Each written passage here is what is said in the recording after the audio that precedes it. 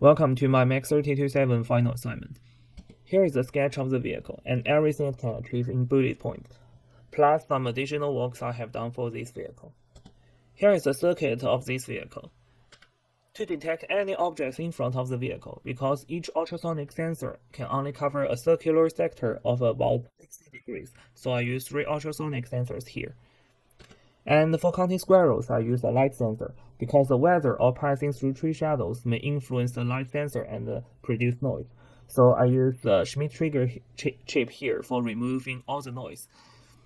And the signal from the push button on the bumper is also processed by this Schmidt trigger.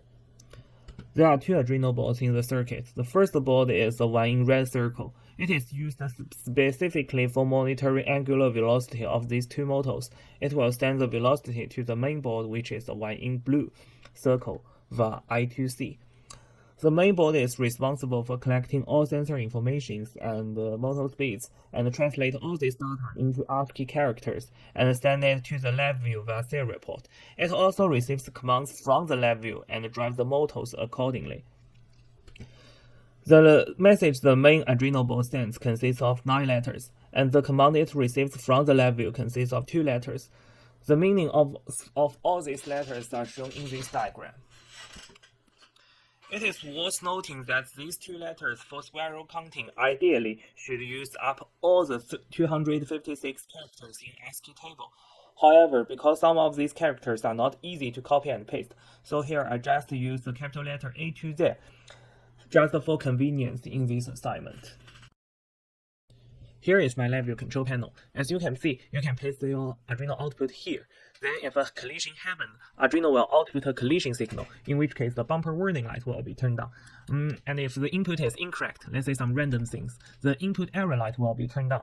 In both cases, the autopilot output will be stopped, and the display of all the received information will stop updating. But you can ignore all these errors by switching on this ignore error switch. Then autopilot will be continued, and the display will also continue updating. You can also turn on the manual control mode switch, in which case you can manually control the vehicle just as remote control toy cars do. It's intuitive, just like toy cars.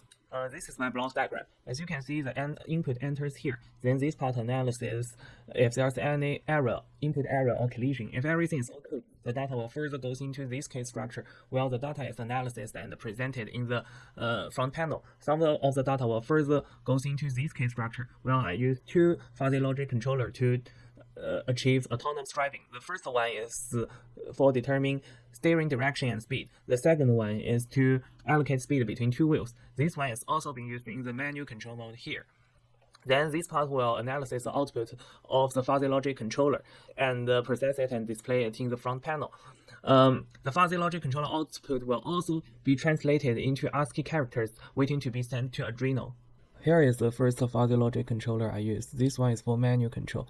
As you can see, it's quite simple. It's to allocate speed between 2 motors. So the input is turning.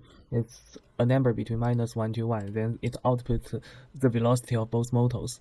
As you can see, the rules are quite simple. That's how it looks like. Then playing with it a bit. This is the second fuzzy logic controller I use.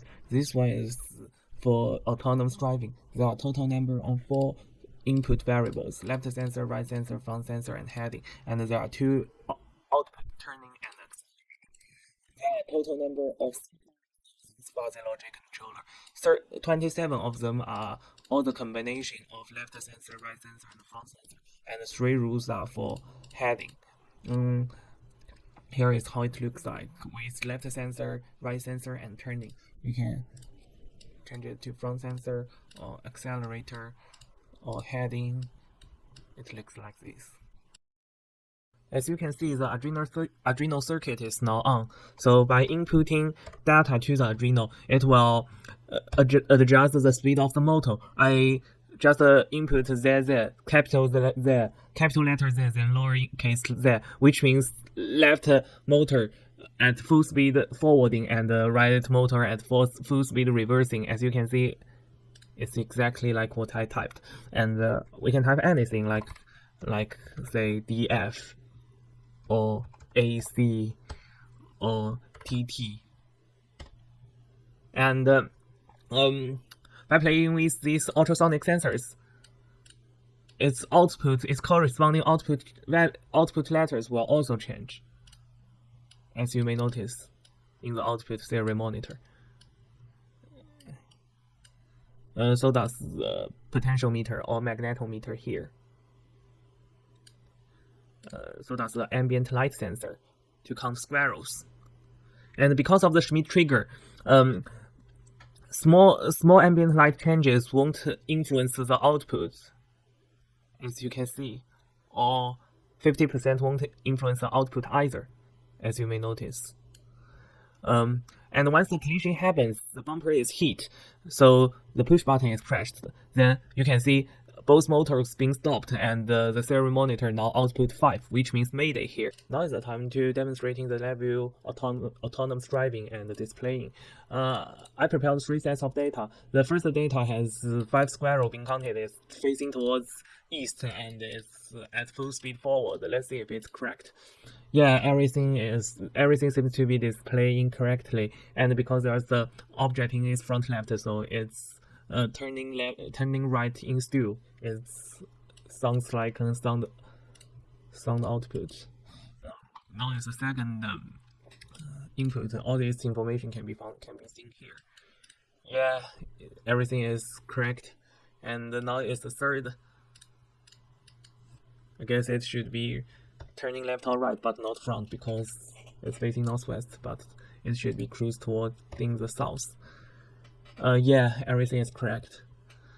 And if the collision happens, remember the Arduino will output Mayday, which is 5. Then, yeah, as shown before, the bumper warning light will be on and the output will be stopped. If you turn on the manual mode, or in any case, if you turn on the manual mode, you can manually control the vehicle, as shown before. Now is the time for the 3 additional works I have done for my vehicle. The first one is the magnetometer simulation. There are 2 Arduino boards here. The first board is the simulation itself. It simulates the magnetometer. As you can see, the code is here. I used the provided code in lecture 3, I think. And the second board is the one receiving the data from the first board via I2C. Then it's translated the information it got to some radian value from 0 to 2 pi. Let's see if it works. South being about 3.14, then west, east, north. All seems to be great. The second work I have done is the PID controller for both motors. My code is here.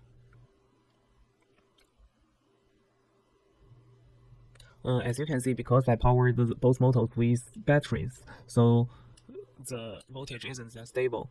But as you can see from the serial monitor, the PID controller works quite reasonably well, I think.